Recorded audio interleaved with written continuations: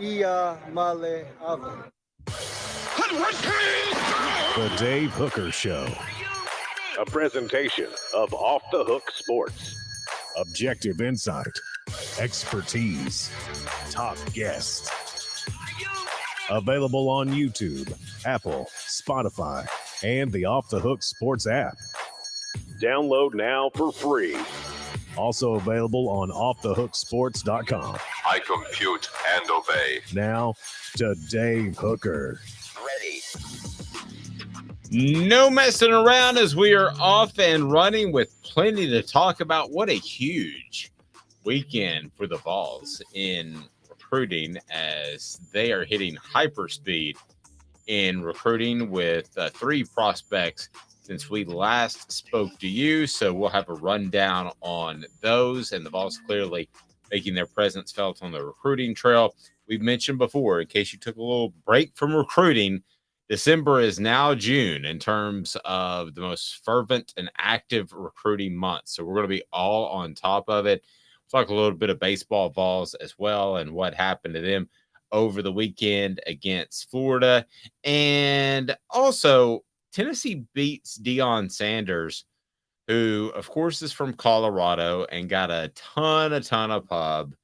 And I thought it was a cool story. I thought he could have success there, but now I'm beginning to wonder because I've noticed things that he's doing, such as having fake reporters there standing next to him in practice. And it sounds now very orchestrated, kind of like a Broadway show, some of his air quote reality shows. So Tennessee did get one prospect from Colorado. Where is Colorado now? And him and Deion, is the buzz done completely? And then Kennedy Chandler, who I said last year, should he have stayed another year? Want to get into that.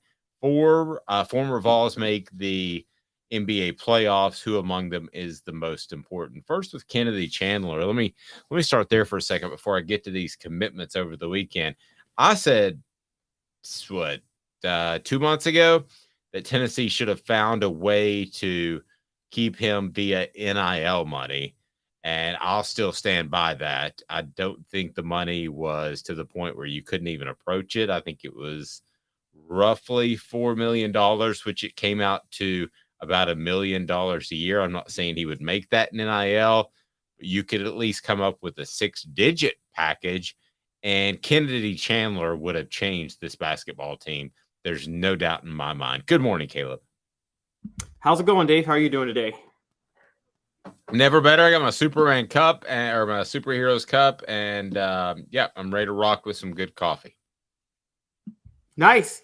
Sounds like a blast. I had cold coffee this morning, so Yeesh. It's ice coffee day, man. It's ice coffee time now. Are we talking about, let's say, just best case scenario?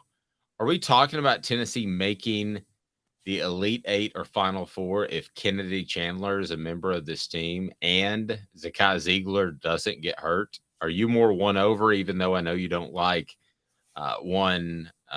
Rick Barnes' style in general? Does that win you over a little bit more? Oh, I'm much more won over. Kennedy Chandler last year, his one drawback was he was under 70% from the free throw line, and I felt like an athletic guard like him needs to be 80%. Like, that's always my benchmark. But he was a go-to guy. You always could trust him to kind of take over a game when you needed a bucket late. And a lot of times Rick Barnes could put Zakai Ziegler and Kennedy Chandler in together. And for those of you who don't know, I guess since we're talking about him, we need to make this clear. He got cut by the Memphis Grizzlies over the weekend. Yes. Sorry about that. Good morning, Travis. Yes, go ahead. Yes, they waived Kennedy Chandler over the weekend. Had a lot to do with the Grizzlies still have a roster spot used on Steven Adams, who was out for the postseason, so they needed another big man. So they called up Kenny Lofton Jr. Just there was no space for Kennedy Chandler because of that.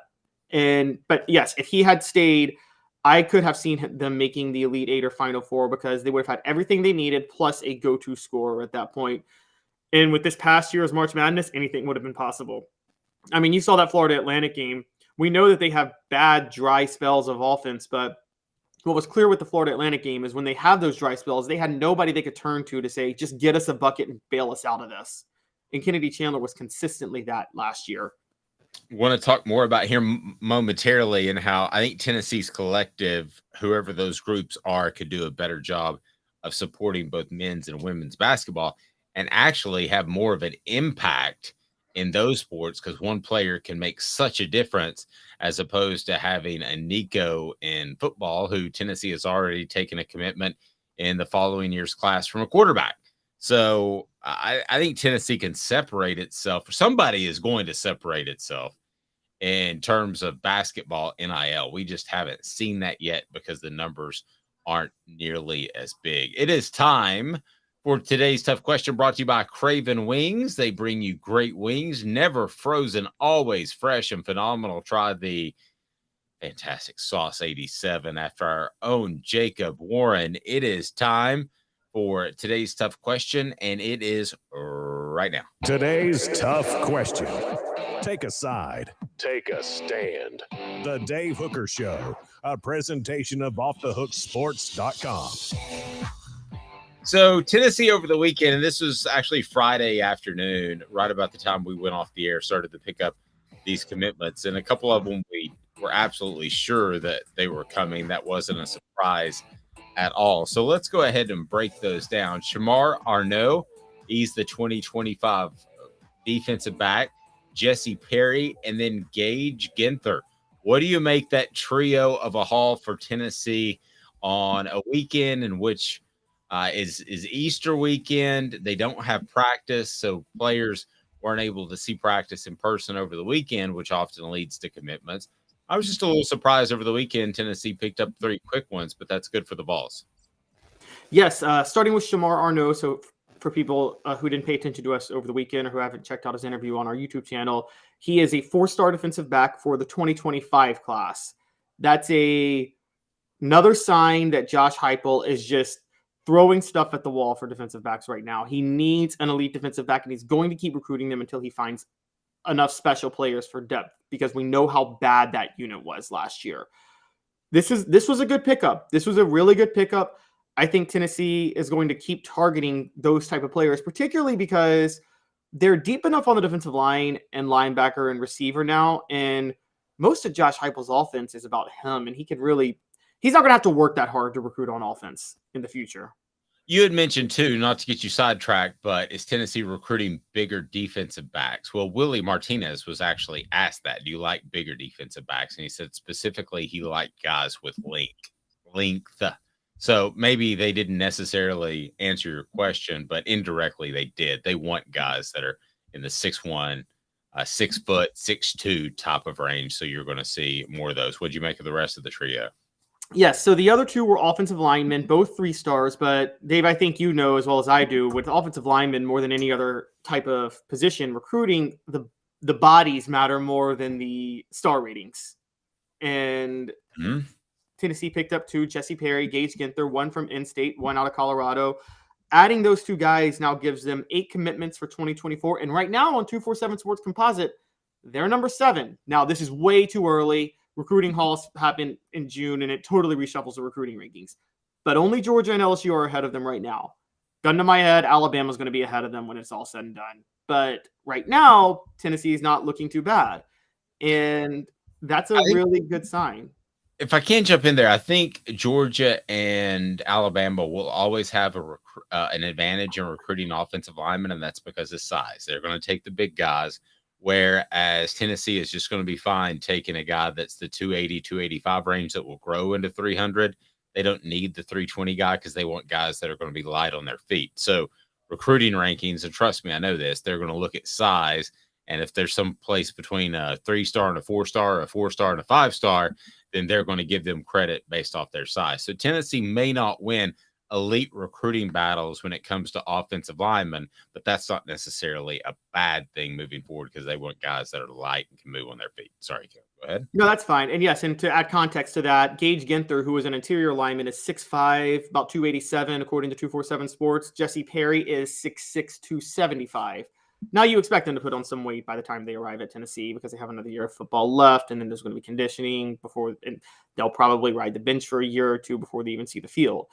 And I agree. That's probably the one thing that you can kind of skew things in Tennessee's favor a little bit if they're 5 to 6. If they're in the 5 to 10 range in recruiting classes over the next few years, and Alabama and Georgia in the 1 to 5, The difference may be, just like you said, the star ratings of the offensive linemen solely due to the size. And so I don't think it's reason to panic. And I want to be real clear in something I'm about to say. I'm not saying they're turning down the Trey Smiths of the world. Okay? I'm not saying that. However, if a guy comes down the pike and you look at him and you say he's an offensive guard, I don't see him moving to tackle, and he's locked in that position. That probably says something about his feet, and they're probably going to have tougher battles with those guys with Georgia and Alabama. So I'm not saying they wouldn't take a Trey Smith, I'm saying it may be tougher to get a Trey Smith, a really, really highly touted offensive lineman, because I think he's going to be more apt to go to a more of a pro style set like Georgia or Alabama. But that doesn't mean that Tennessee's not winning the battles they need to win in recruiting. Yeah, and the unique part about Tennessee, what people need to know is, yes, Heupel runs an air raid, or not an air raid, a veer and shoot is what Dave and I coined it last year for fun, because there's really no phrase for the offense that he runs yet. But we call it the veer and shoot. It's tempo-based. It spreads the field. But it's not a spread offense. I think we need to make that clear. It's not the type of offense where offensive linemen, if you go look at what Urban Meyer did or what Ryan Day's doing at Ohio State, those offensive linemen are told to drop back and just do this and then force the guy a certain area, but not maintain blocks at all. Whereas Heupel's linemen are still taught to maintain blocks because he relies so heavily on the vertical run game. And so you're still going to be coached. You still will be prepared for the NFL as a lineman in Heupel's system. And that's something that will help him long term. But you're right. You're going to be more prepared in Alabama's or Georgia's offense. Okay, so that leads me to today's tough question. So let's go ahead and dive in that now. Brought to you by Craven Wings. And today's tough question is Tennessee on Georgia and Alabama's level at this very moment in time in terms of recruiting. I think they're on that level in a lot of different places, but let me ask you specifically, are they at the Bama UGA level, almost that good, still some work to do, still plenty to do? One is running away with it, and know that we are, because of the way algorithms work, we are most oftentimes displayed in front of Tennessee fans. So what do you think of the Craven Wings today's tough question? Would you say which one's running away with it without looking? Bama UGA level, almost that good, still has some work to do, still plenty to do. I'm going to say still has some work to do is the one that's running away with it. Yep, still has some work to do at 60%, almost that good 26.7%. Bama UGA level 3.3%, still plenty to do at 10%. Again, brought to you by Craven Wings. You will love Craven Wings. Their wings are phenomenal. Great food across the board. I love their salads too. But Craven Wings has daily specials. So get there and get there now to Craven Wings. You will love it. Portions of the program also brought to you by City Heating and Air Conditioning, cityheatandair.com. City Heating and Air Conditioning.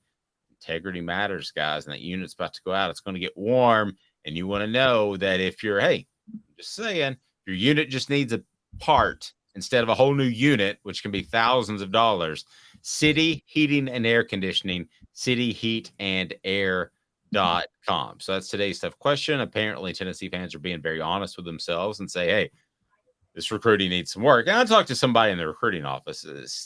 They told me, they said the recruiting is not on point.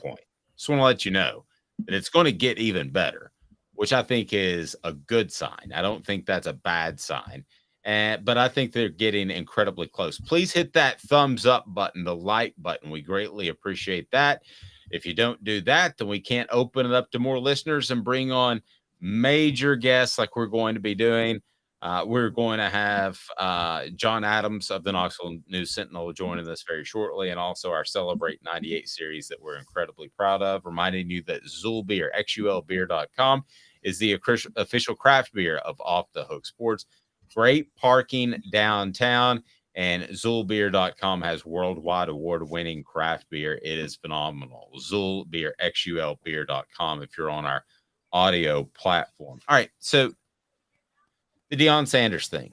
I bet full bore, was into it, was excited, thought that he only needed to hire a Cutcliffe and a Chavis, a competent coordinator, and he's going to be off and running when it comes to recruiting. And I still believe that. But the question is, what does it mean that Tennessee football beat out Deion Sanders for Ginther, who is from Colorado? Well, I'll tell you what it means. I think some of the shine's off. I think some of the shine's off Deion Sanders. You know, he did the "We Coming" and all that stuff, and that was neat. And I watched a little bit of it. But then I mentioned to you at one point that his Deion special that was on Netflix or whatever it's on had fake reporters. They're standing there with full notebooks like they would have gotten in their school supplies from, I don't know, Big Lots. And they're asking about, how about number 82? And how about, and that's just not the way. I mean, first of all, you don't stand right next to coaches during practice. Second, you have a reporter's notebook. Third, you know who number 82 is. Okay, so you don't say who's number 82. Who's that guy, you know, that has I'm trying to think of a name, Smith across his back. I mean, you know who it is. You know who the players are. If you don't know who the players are in the first day of spring camp, you got a problem. So my answer to your question about Tennessee beating out a Colorado prospect to leave is that at the end of the day, there's going to be a balance sheet, and Deion Sanders is only going to have so much money to spend, and it's not going to be in NIL money. It's not going to be initially as much as Tennessee, Georgia, Alabama, Southern Cal, USC. There's going to be 20 plus schools. They're going to be able to spend more than him, Caleb. And he's going to bring in endorsements in year 2, and you could have the Buffs made tough by Ford, built tough. And then that changes things. But as for right now, he's pitching a product that had, I think, 2 wins last year, that it hasn't been very good. And I think there's a glass ceiling in year 1 of what you can accomplish from a recruiting standpoint. You? I think I'm going to go take it a step further. I think he's pitching himself as a product. And I don't think he realizes is that at the college football level, he's not that much of a product to sell. I mean, let's be honest. If there are coaches with incredible credibility at programs that are blue bloods all over, and the celebrity status of a coach in college football that only takes you so far. I mean, if you're a young recruit, look, we still don't know about Deion Sanders coaching at this level. We have thoughts, but his selling point is coaching at Jackson State, where, yes, he did out-recruit everybody at HBCUs. He was the only HBCU with Division I talent, so of course he was going to blow everybody out of the water. Now he's competing with a bunch of high-profile recruiters who have connections all over the country, and if you're a star athlete and you're leveraging your future, you're going to go for the more sure bet. I mean, let's just be honest. Even Tennessee is a much more sure bet than Colorado right now. No one knows what to make of this Deion Sanders situation right now at Colorado. No one knows if it's going to work out. The truth of the matter is, and here's the really hard truth, Deion Sanders is going to have to win first before we can recruit at Colorado. He can't just recruit on his name alone at Colorado. And it's really, really hard to win at Colorado. And so he might be between a rock and a hard place here. No, and he may win. His son's a very good quarterback, could start anywhere in the SEC, and he may win. But as far as Tennessee going against Colorado, if you see that matchup in recruiting, I would not be overly concerned. I think that Tennessee has a great opportunity to win that. Now, I think the next step of where it gets very interesting is the same thing that happened to Josh Heupel. Because what did Josh Heupel do in year 2? He beat Alabama. And then you started seeing recruiting dominoes fall, if not necessarily for the 2023 class, but the upcoming class. People were won over. People were excited. More people were attending University of Tennessee games. Is that going to happen for Colorado? I don't know. What would be the definition of that? I would say a winning season, right? Making it to a bowl game. And at the end of the day, you are playing in a remote area. I believe that you could recruit Compton and you could recruit South LA and have success there. And they did that before under Bill McCartney. But at the end of the day, you're in a Pac-12 that's about to get ripped apart. I almost think he would have been better off if he would have signed with if he had gone to no offense to the late Mike Leach, but if Mississippi State had called, if they'd have made a change in the offseason, Mississippi State to me is about the lowest rung on the SEC tier. But I think the lowest rung on the SEC tier, the point I'm trying to make, is better than a decent tier in the Pac-12, right? I agree. As a matter of fact, this might be a debate for another day because I wonder if Mississippi State has the least to sell of any SEC school, and that includes Vanderbilt, because they might be at the bottom in terms of the least to sell as a program. And, Yes. I mean, I don't want to have to say that, but it's a little. There's just so many problems, notable problems with Mississippi State trying to sell. They needed a Mike Leach to sell, but I'm with you. They could still out recruit, I think, Deion Sanders at Colorado. And here's the other thing. And this is a big one. And Dave, you covered coaches who come and go, who many melt down underneath this type of pressure. And I'm going to say it. Deion Sanders, to his credit, and it's a genius move. He's one of the best cornerbacks of all time, but he's also one of the few football players who was smart enough to create a brand around himself. The NFL is not like the NBA, whereas every NBA player, the NBA is about the individual. Always has been, always will be about the individual. The NFL is about the collective, with a few exceptions. Almost all those exceptions are quarterbacks. Deion Sanders is one of the few guys that, not being a quarterback, was able to create a brand around himself.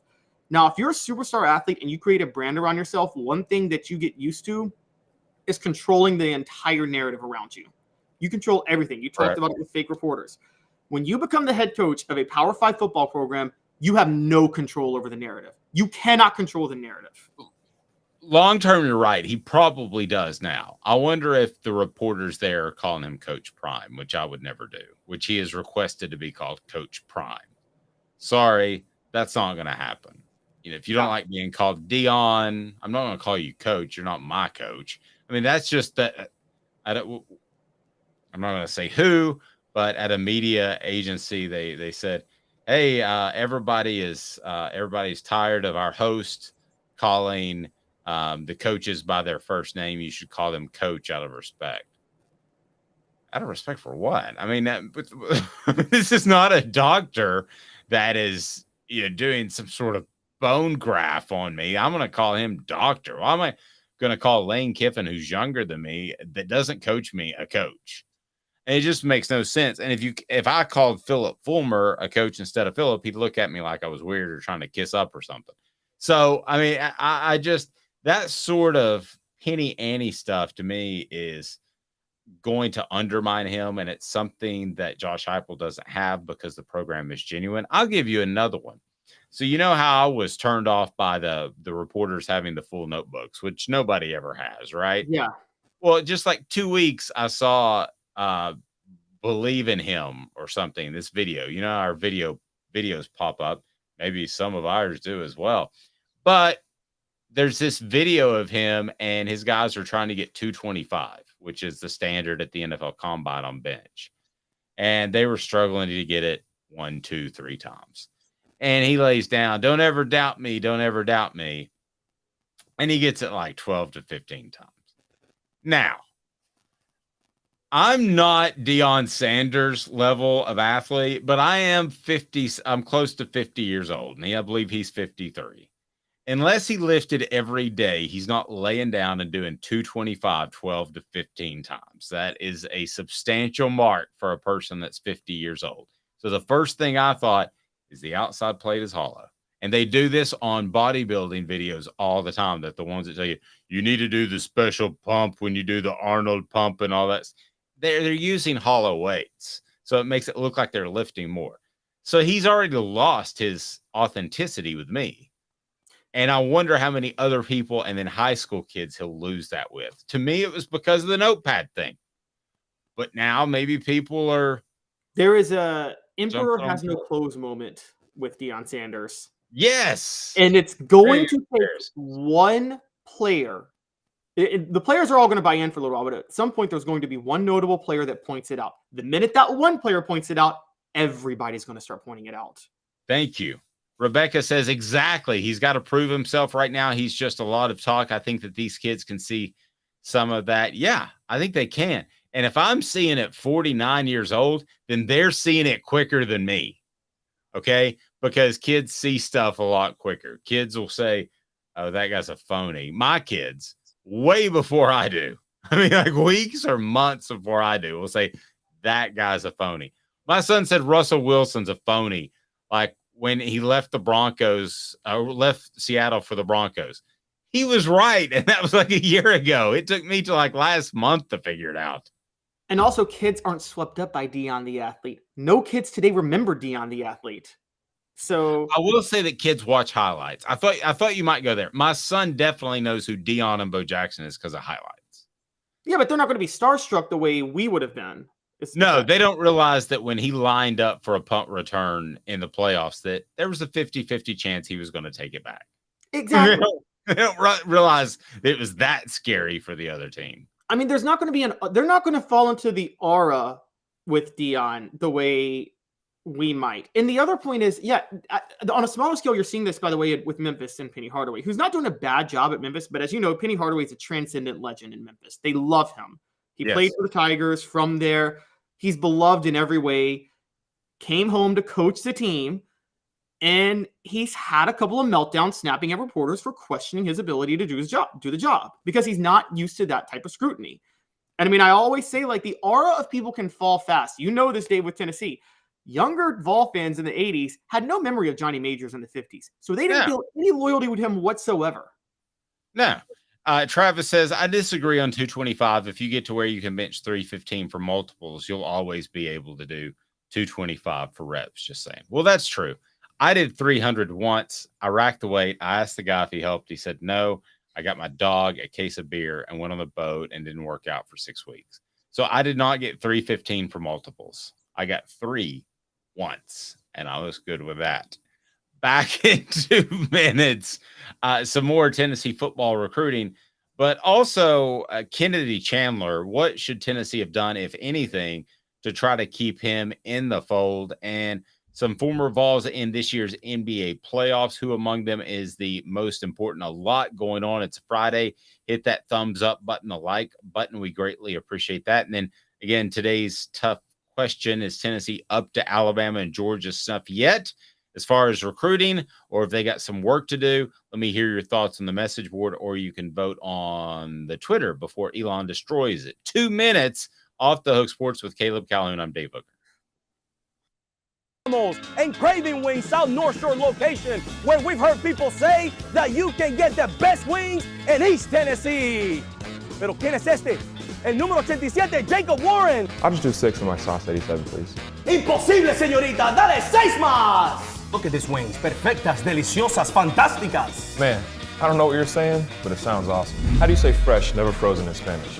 Frescas, nunca congeladas. Make your way to Craving Wings and get you 6 más. But what was funny about Cadis, we were a full continuum of care at that time.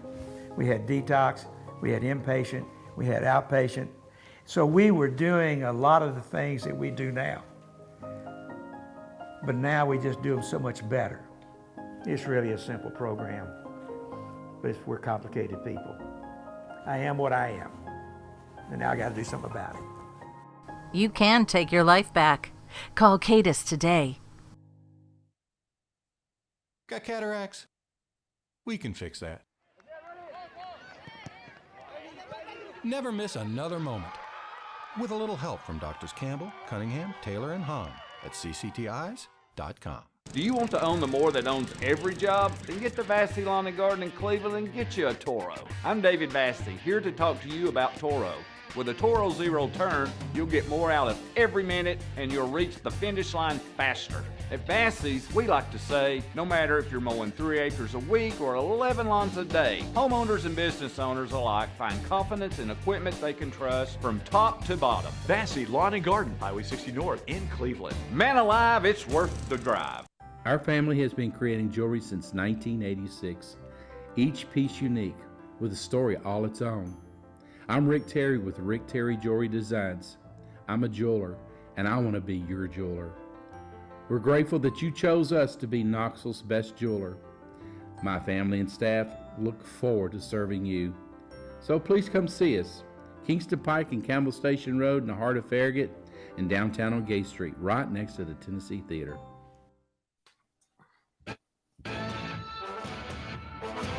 A college football tradition like no other. Yes, sirree, boys and girls. Or a guy that just won't leave. Wow, that is sad. The Dave Hooker Show. YouTube, Apple, Spotify, and the free Off the Hook Sports app. A presentation of Off the Hook Sports. Back to Dave Hooker. So what we've learned so far is that my bench numbers ain't great.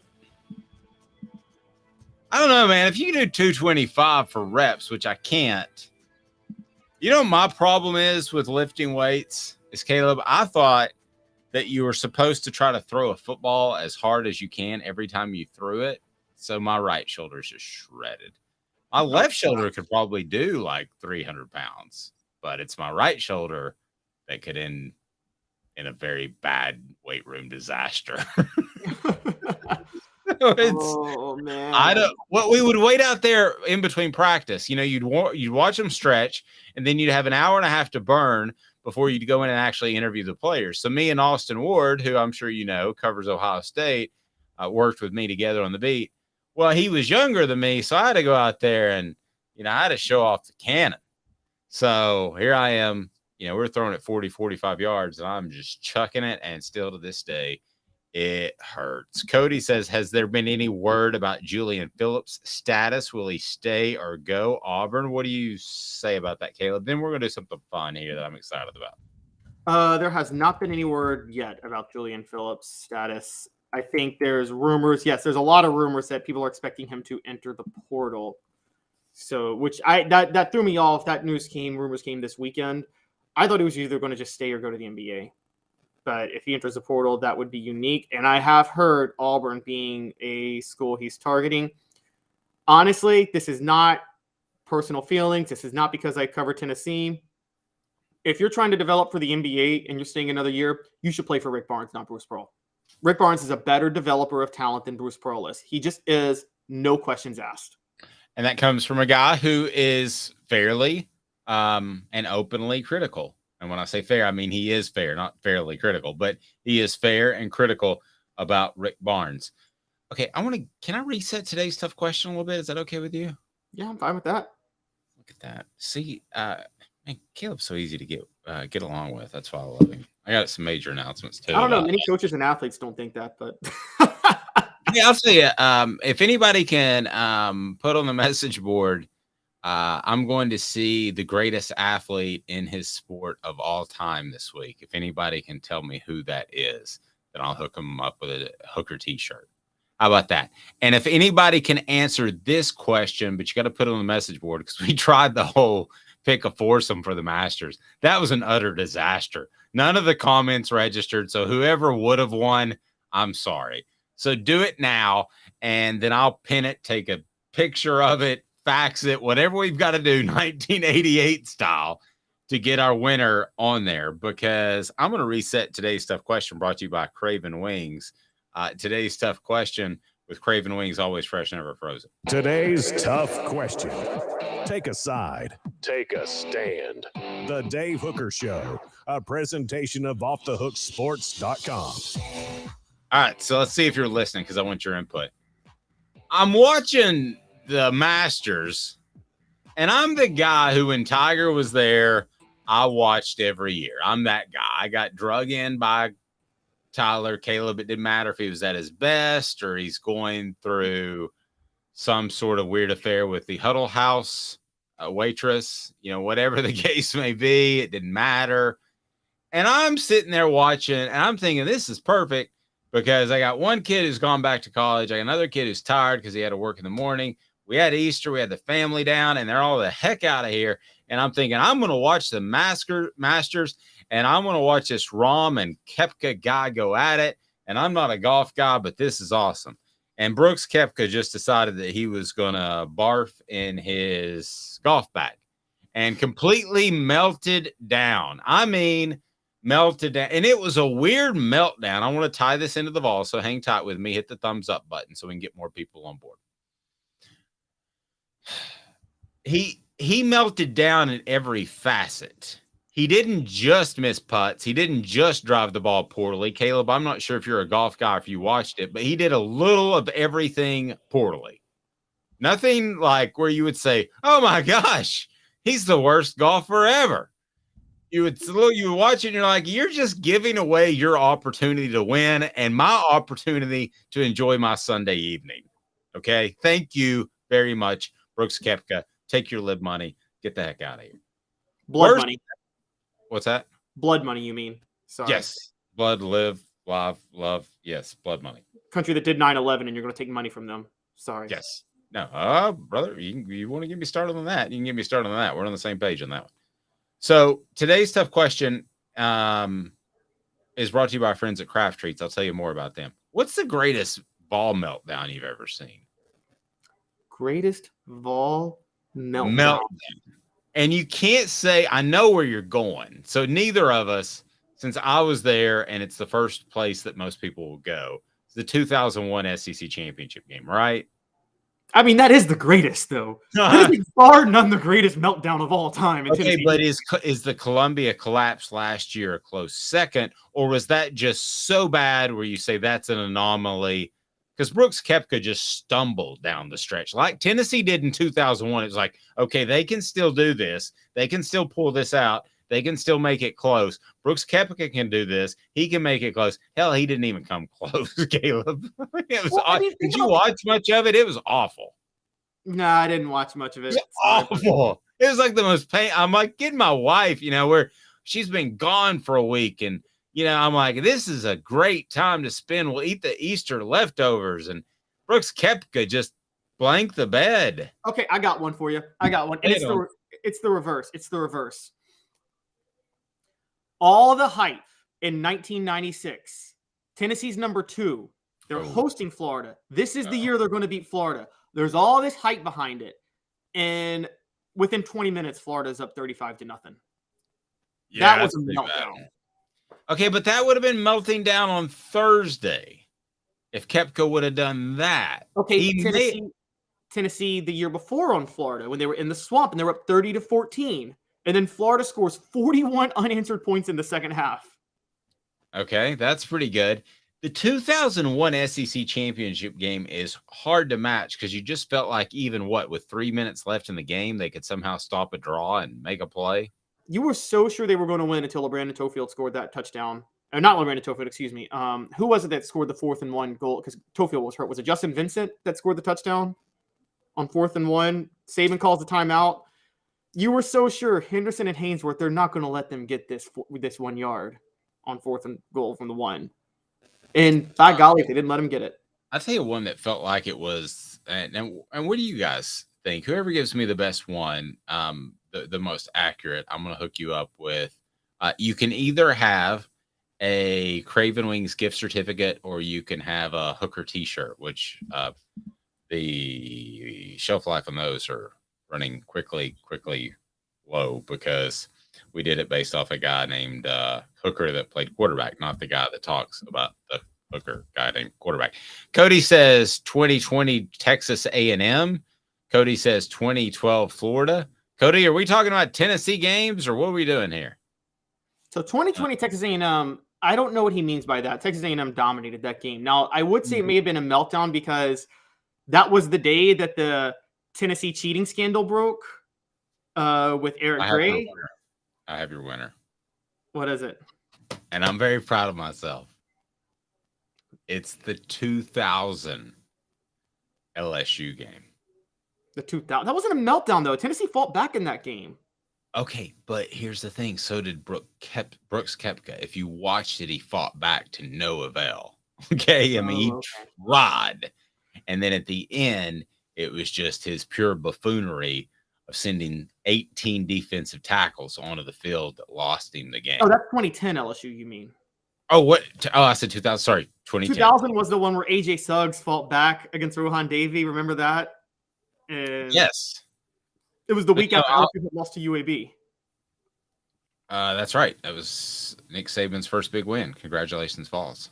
Yeah. So 2010. Because that felt like, if you go through that game, you felt like Tennessee was as good or better of an opponent. And it felt like that all day yesterday, that it was a matter of time. I mean, Rom wanted to give the thing away. Cody says 2020 was wrong. My bad. So Cody is going with 2012, Florida, 2016, Texas. Travis says it's the 96 Nebraska game. Yeah, that was just an all-out thumping. That wasn't a meltdown. That was John Chavis was a deer in headlights trying to learn how to defend the triple option. Well, and that was a better, more physical team. I mean, let's be honest. But Tennessee had more NFL talent on the defensive line than Nebraska had on the offensive line that year. John Chavis just had no idea how to stop the option schematically. I put that solely on John Chavis because they lost to Nebraska twice. Then they lost to Kansas State in the Cotton Bowl. And Dave, let's just be honest. It became very clear John Chavis just never knew anything about how to stop the triple option. True. Okay, so the worst meltdown then, if, again, an opponent was worthy. See, that's why David says put 2023 South Carolina. I don't put them in there because I don't think they were worthy. I think that's more, it wasn't a I think that's meltdown. more what you did than what they did. I totally agree. It was more about what Tennessee, and it wasn't like Tennessee, you never really felt Tennessee was in that game, honestly. You felt they could come back, but it's not like they ever fought back and tied it. No, South Carolina just controlled that game from start to finish because of Tennessee's inability to stop them defensively because of the. And then you had the Hooker injury that if there were any chance that Tennessee was going to climb back in it, that was the end of it. And then you said what was the 2015 Florida game that brought up? Oh yeah, Rob Miller 2015 and 2017 Florida games. 2015, both of those. That was Butch Jones versus Jim McElwain, and like that's the Dumb and Dumber sequel. Okay, because 2015 Florida was the worst. Dave, I don't know if you remember this game. That's the one where Florida was down by 13 in the fourth quarter. Jim McElwain sends on the field goal unit. And Butch Jones doesn't have his field goal block team because he was shocked that he brought up the field goal unit. Butch Jones burns a timeout to get the field goal block team on. And then Jim McElwain decides to go for it and converts. Who cares if you don't have the field goal block team on? They're going to kick a field goal and you're going to get the ball back still up 2 scores. Don't burn a timeout. No, I'm with you. And as much fun as that discussion was, let's be honest, it's the 2001 SEC championship game, right? Stands out above all. 2001. I mean, because Tennessee was a better football team. Brooks Koepka is a better golfer than John Rahm. Yes. I mean, he at the end of their careers, I don't care if you're live or what, you will look at them and say Koepka's better. By the way, some guys living on that live money, Koepka looked a little chunky there. Looked like a lower, I don't know, body fat percentage. Saudi Arabians like to give Americans higher body fat percentage. He looked a little chunky. I'm just saying, when you pay people up front, you give them $200 million to be Brooks. Do you have the same desire as opposed to working hard to getting 200 and 250 million on the PGA Tour? All right, Memphis Grizzlies cut Kennedy Chandler. Should he have stayed another year? I said at the time, because of his height, I said just a couple of weeks ago, he would have been great for the NIL to keep around. That didn't happen. He's now cut by the Grizzlies. You'd think if he could have his druthers, he could have his do-over, he would have stayed at Tennessee another year. I think possibly. It depends on where he lands being waived. He wasn't waived because he's not a good player, and there's a lot of signs that another NBA team's going to pick him up. He was waived because the Grizzlies need to make room for a big man because Steven Adams is hurt as he gets set for the playoffs. True. What does that mean for Kennedy Chandler? Kennedy Chandler would be making $700,000-$800,000, I believe. Let's say $600,000-$700,000 in NIL right now. If Tennessee was committed to that and the collectives were committed to that, there would be no question in my mind that he would be making that type of money. Instead, he's making about 4.7 over 4 years because he managed to get in the first round, but just barely. This is not a guy who went high first round who NBA execs think is going to be a superstar. Listen, it's already started. You gave me the reason, and those are good reasons why they have to cut him. But once you start getting cut in the NBA, don't you just bounce around and it seems like your career's much of nothing. Ask Christian Laettner. I mean, Kennedy Chandler with one more year under his belt might not be a better NBA prospect, but he would have enjoyed that year a lot more. I can guarantee you that. Yeah. So the trick with this is people. I mean, you talk about Christian Laettner bouncing around, but he had a 14-year career, 13-year career in the NBA. And the thing that people have to realize is that with the NBA, more so than the NFL, more so than the MLB, more so than any sport you can name, being a journeyman in the NBA pays so much better than any other sport. NBA players get paid way, way better than any other professional sports league in the world. I agree, but psychologically, wouldn't you want to be, as far as a career goal, wouldn't you want to be at one team and be known for that one team? I think people Kennedy Chandler was never going to be good enough to be like known with one team. He was always going to be a career role player. He was never going to be a star in the NBA or anything like that. He was always going to be a Ron Harper or somebody like that. And that was his ceiling.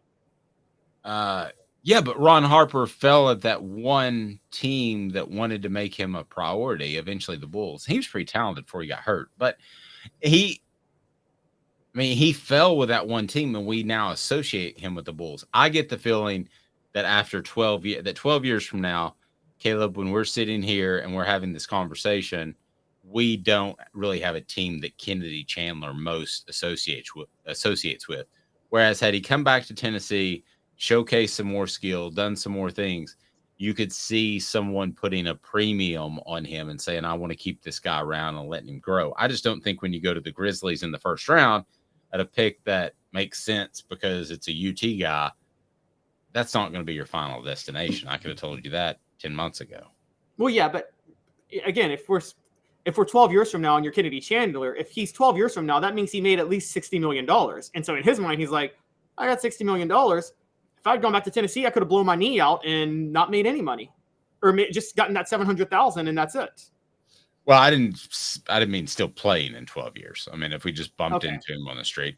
Go ahead. Sorry, I would concede that he would have improved his draft stock had he stayed another year, because he would have upped his free throw shooting, and that would have made him a much more desirable NBA player for a lot of teams, because a lot of smarter teams now are starting to do what I said you should do for years, and this is why European players are getting more successful. Production at the level you were at matters more than potential, unless you're one of those top 5 picks. Yep. I agree.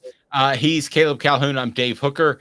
I think he should have stayed. I think he would have had a fantastic year, a special run in the NCAA tournament, exactly what Tennessee needed. And listen, if you want to rip on Rick Barnes, that's fine. But he did put together a team, if you include Kennedy Chandler, that would have made some more noise in the tournament. He just didn't get to keep Kennedy Chandler. On the flip side, you could say that, hey, here's the deal. He's not adjusting to the game, which is very true. But coming up, NBA playoff Vols. Congrats to those guys. 2 minutes off the hook sports with Caleb Calhoun. I'm Dave Hooker. I know you like the heat. You got to try my signature sauce 87. Dude, you know I love you and I love to try your wing sauce. But when it comes to wings, I need them really hot. I hit 105 on the radar gun. I need to be pretty spicy. Yeah, I know that, man. Look, if sauce 87 isn't enough for you, I guess you can try the Holy Moses or the Grim Reaper. Now we're talking. Take it from these Farragut admirals. When you're craving wings, it's got to be Craven Wings. Visit them online at cravenwings.com. With all that sun, sand, and salt water, the beach is a very relaxing place. Unless you wear contacts. Ow! Open your eyes to the best the beach has to offer with LASIK vision correction from Campbell Cunningham Laser Center. Hi, Mike Davis here with City Heating and Air, reminding you to always dare to compare. Our team provides quality local heating and air service, installation, and maintenance across East Tennessee. We use only the best equipment like American Standard heating and air conditioning for your residential, new construction, or commercial needs. Honesty, dependability, and customer satisfaction have been the cornerstones of our business since 1961. City Heat and Air. Dare to compare. Before Cadis, I was really heavy into the drug culture. I was selling drugs. I was just constantly in pain. I was missing like a good support system in my life. Cadis has given me everything that I need in order to successfully have a wonderful recovery, in order to have a life that I didn't even know was possible. And it's not just about me anymore, and I love that. I absolutely love it. You can take your life back. Call Cadis today.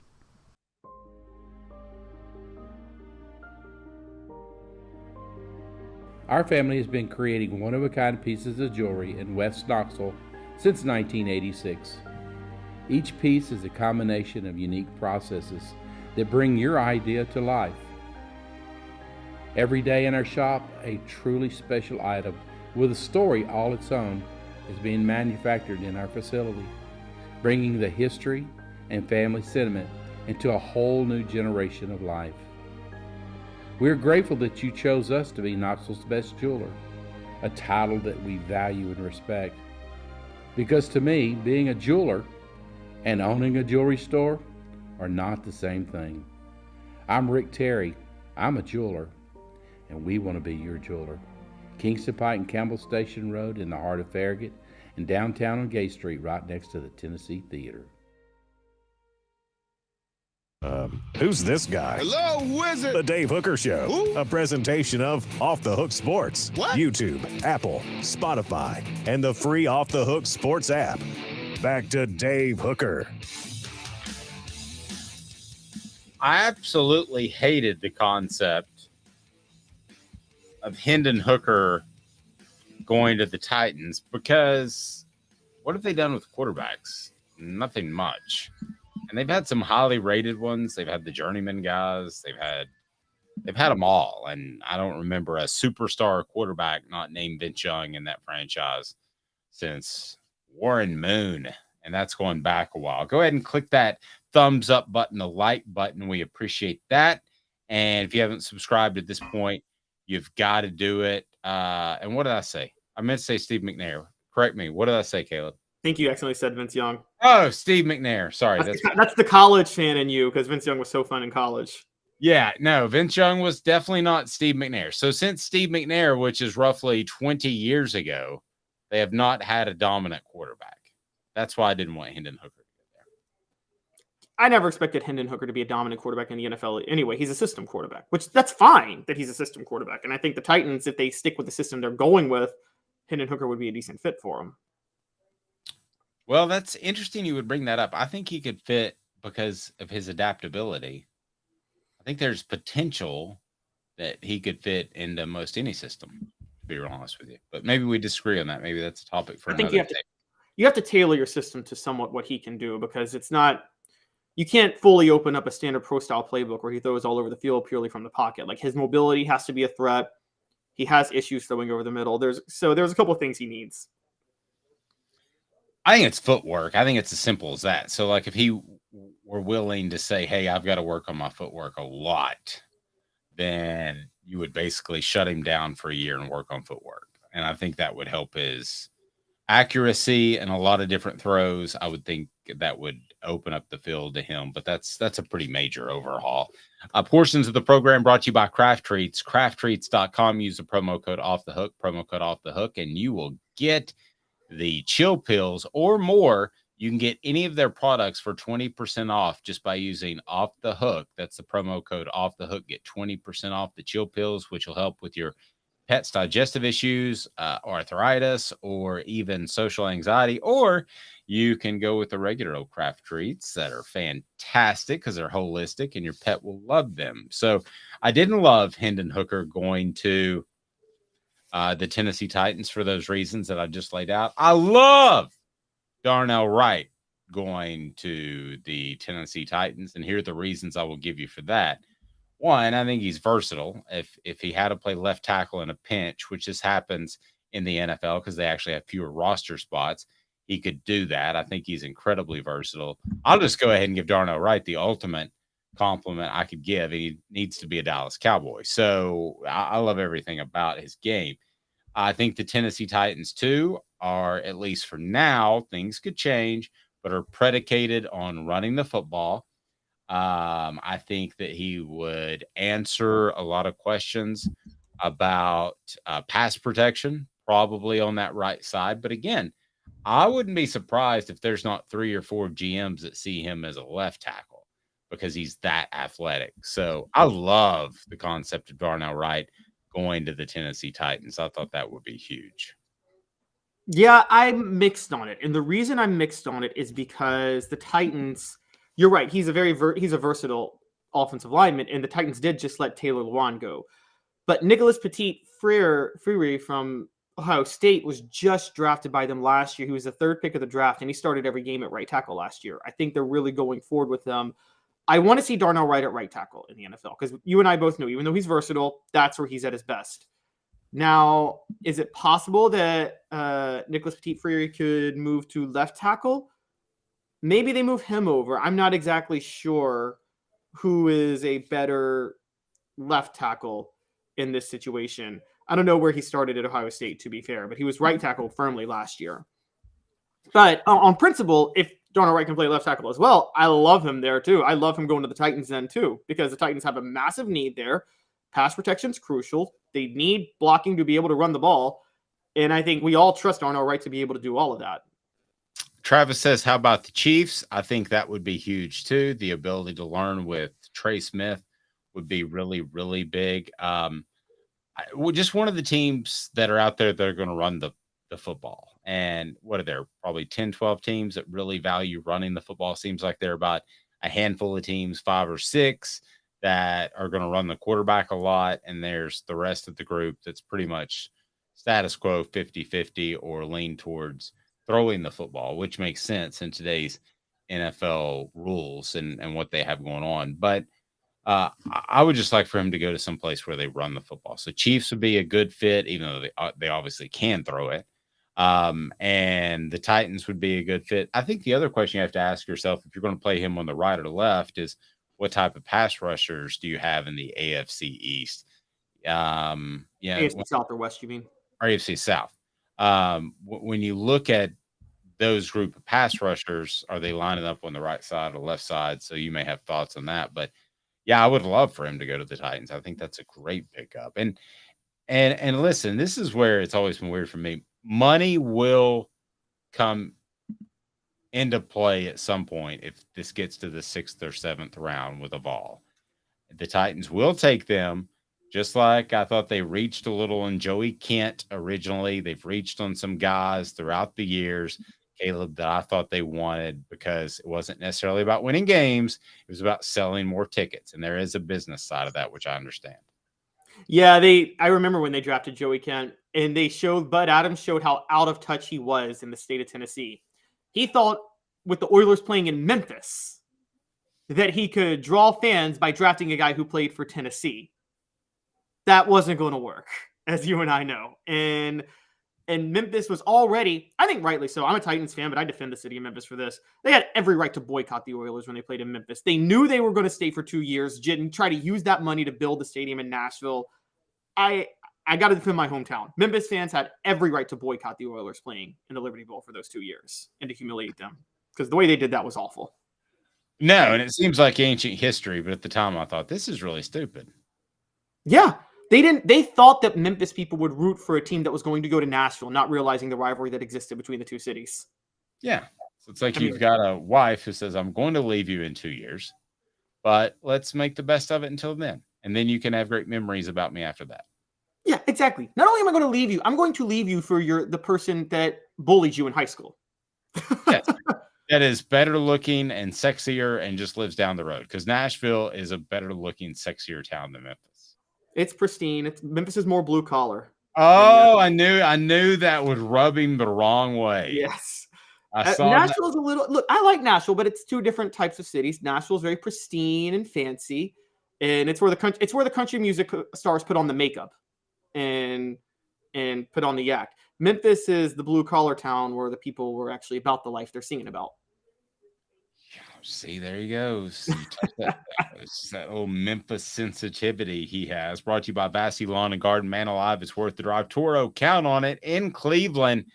Vassy Lawn and Garden is absolutely phenomenal, so you have to check them out.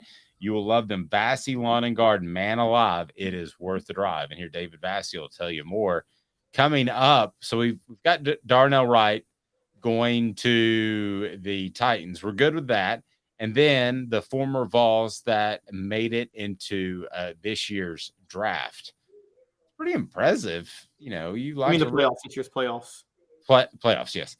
It's pretty impressive that they made 4 Vols made playoffs. I know you like to rip Rick Barnes, but yeah, but I mean, we're about to debate on how many of Rick Barnes' fingers are on these Vols in the playoffs. Fingerprints. Stay tuned. 2 minutes off the Hook Sports. To own the more that owns every job, then get to Vassey Lawn and Garden in Cleveland and get you a Toro. I'm David Vassey, here to talk to you about Toro. With a Toro Zero Turn, you'll get more out of every minute and you'll reach the finish line faster. At Vassey's, we like to say, no matter if you're mowing 3 acres a week or 11 lawns a day, homeowners and business owners alike find confidence in equipment they can trust from top to bottom. Vassey Lawn and Garden, Highway 60 North in Cleveland. Man alive, it's worth the drive. Hi, Mike Davis here with City Heating and Air, reminding you to always dare to compare. Our team provides quality local heating and air service, installation, and maintenance across East Tennessee. We use only the best equipment like American Standard heating and air conditioning for your residential, new construction, or commercial needs. Honesty, dependability, and customer satisfaction have been the cornerstones of our business since 1961. City Heat and Air. Dare to compare.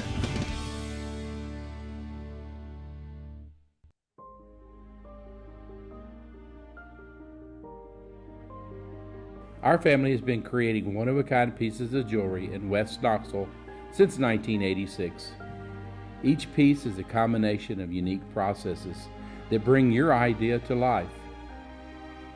Every day in our shop, a truly special item with a story all its own is being manufactured in our facility, bringing the history and family sentiment into a whole new generation of life. We're grateful that you chose us to be Knoxville's best jeweler, a title that we value and respect. Because to me, being a jeweler and owning a jewelry store are not the same thing. I'm Rick Terry, I'm a jeweler, and we want to be your jeweler. Kingston Pike and Campbell Station Road in the heart of Farragut, and downtown on Gay Street right next to the Tennessee Theater. With all that sun, sand, and salt water, the beach is a very relaxing place. Unless you wear contacts. Ow! Open your eyes to the best the beach has to offer with LASIK vision correction from Campbell Cunningham Laser Center. Ah. What's up, everybody? This is University of Tennessee tight end Jacob Warren, proud to announce that I'll be working with Craven Wings again this season. And I want you to give your all and try my signature sauce, Sauce 87, at either of the Craven Wings 2 locations, Chapman Highway in Seymour and South North Shore Drive at the Markets of Choto. When you're craving wings, it's gotta be Craven Wings. Online at cravenwings.com.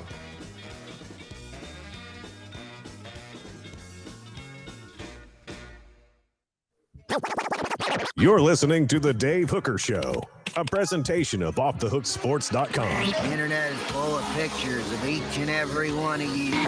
Available on YouTube, Apple, Spotify, and the Off the Hook Sports app. Download now for free. Is there nothing you people can't do? Also available on OffTheHookSports.com. So the NBA playoffs are about to start, and some Vols are a part of it. So there you go. David says Nashville is the armpit of Tennessee, and I'm not going to refer to which ballpark he says. You just let it slip by accident. Yeah, what body part he said Memphis is. Oops. Maybe Let's just say this. Let's just say this with David's quote. If you're a man, you would much rather have one than the other. One is much more crucial to your body than the other.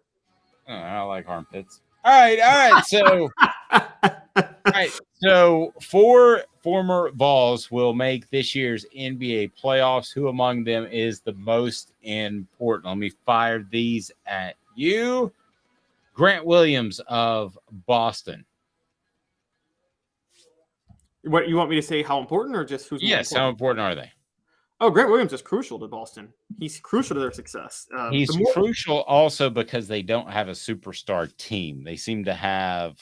They got Jason Tatum, who is a superstar, though. Well, they got Tatum and they got Jalen Wright, but no, not Jalen Wright. Who's the other kid that plays like a poor man's Tatum? Help me. Sorry, Who is the other kid? Who is the other guy? It's Jaylen Brown. That's what you're talking about. Yeah, Jaylen Brown. So to me, they're a group of guys. I mean, Tatum may be a star. I don't think he has the killer instinct that you would want. So I think there are probably 8 players on that Boston team that are very important. Grant Williams is one of them that you would hate to lose going into the playoffs. Tobias Harris with the Sixers. Absolutely crucial. Particularly if Joel Embiid is going to be the way Joel Embiid likes to stretch the court with his play, Tobias has to be a major force underneath the basket. He's a big deal. Yes, and Joel Embiid included him on a commercial endorsement over the weekend. So just know that he thinks he's incredibly important, or he wouldn't have shared the cash with him. Joel Embiid's been trying to shoot a shot at Rihanna for like 5 years. Maybe Tobias could be his wingman. That's the key. Portions of the program before we get to Josh Richardson, brought to you by Campbell Cunningham, Taylor, and Hahn. No contacts, no glasses. I see clearly thanks to my LASIK and cataract. I didn't have cataract, but I had LASIK surgery. You can have cataracts there too. And they are phenomenal because they're local vision care, and you just don't get that anywhere else. That is Campbell Cunningham, Taylor, and Hahn right there in the Knoxville area, local doctors who care about your vision. Then Josh Richardson in the Pelicans play-in game. Very, very crucial now because Zion Williamson is hurt again. And Josh Richardson is averaging 10 points a game. He is a defensive specialist. He's probably the best developmental story, I'm going to say, in Tennessee basketball history. Can we at some point get a breaking news sounder for when Zion Williamson is not hurt? Yeah, no, that's so true. But Josh, remember Josh was barely a 3-star, committed to Quanzo Martin and played for 3 years under him, and then played under Donnie Tyndall for a year, and really developed into an NBA draft player, or to an NBA player, a 4-year guy who became a double figures guy in the NBA. That's how often do you see that nowadays? And then you have Jaden Springer Spaniel for the Sixers. How important is he? Completely unimportant, completely irrelevant. One and done player one of the many one and dones who doesn't matter. Was the less important of the 2 one and dones on the 2020-2021 team. He will be lucky if he sees the court now, particularly when you shorten the rotation in the NBA playoffs. Our friend Andy Mason at AndyMasonRealEstate.com has you taken care of when it comes to real estate in the Knoxville area. Over 40 years of experience in his office. AndyMasonRealEstate.com. That's all you need to know. AndyMasonRealEstate.com is just absolutely phenomenal. They have the best prices and the best service in the biz. So that's why you need to go to AndyMasonRealEstate.com. A lot coming up on the program this week, maybe some John Adams. I believe that'll happen at some point soon.